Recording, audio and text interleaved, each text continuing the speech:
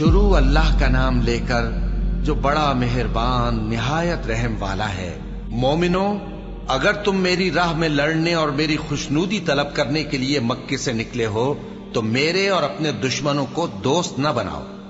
تم تو ان کو دوستی کے پیغام بھیجتے ہو اور وہ دین حق سے جو تمہارے پاس آیا ہے منکر ہیں، اور اس وجہ سے کہ تم اپنے پروردگار یعنی اللہ تعالیٰ پر ایمان لائے ہو، پیغمبر صلی اللہ علیہ وآلہ وسلم کو اور تم کو جلا وطن کرتے ہیں۔ تم ان کی طرف پوشیدہ پوشیدہ دوستی کے پیغام بھیجتے ہو، اور جو کچھ تم مخفی طور پر اور جو علل اعلان کرتے ہو وہ مجھے معلوم ہے، اور جو کوئی تم میں سے ایسا کرے گا وہ سیدھے رستے سے بھٹک گیا۔ اگر یہ کافر تم پر قدرت پالیں تو تمہارے دشمن ہو جائیں، اور ایذا کے لیے تم پر ہاتھ بھی چلائیں اور زبانیں بھی، اور یہ چاہتے ہیں کہ تم کسی طرح کافر ہو جاؤ۔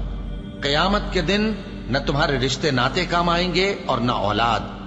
اس روز وہی تم میں فیصلہ کرے گا، اور جو کچھ تم کرتے ہو اللہ اس کو دیکھتا ہے۔ مسلمانوں، تمہیں ابراہیم اور ان کے رفقا کی نیک سیرت کو اپنانا ضروری ہے۔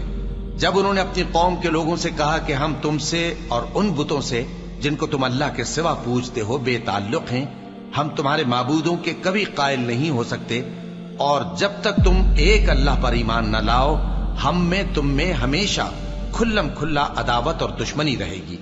ہاں، ابراہیم نے اپنے باپ سے یہ ضرور کہا تھا کہ میں آپ کے لیے مغفرت مانگوں گا، اور میں اللہ کے سامنے آپ کے بارے میں کسی چیز کا کچھ اختیار نہیں رکھتا۔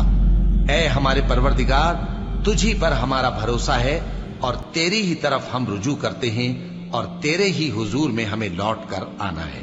اے ہمارے پروردگار، ہم کو کافروں کے ذریعے فتنے میں نہ ڈالنا، اور اے ہمارے پروردگار ہمیں معاف فرما، بے شک تو غالب ہے، حکمت والا ہے۔ تم مسلمانوں کو یعنی جو کوئی اللہ کے سامنے جانے اور روز آخرت کے آنے کی امید رکھتا ہو اسے ان لوگوں کی نیک سیرت اپنانی چاہیے، اور جو روگردانی کرے تو اللہ بھی بے نیاز ہے، لائق حمد و ثنا ہے۔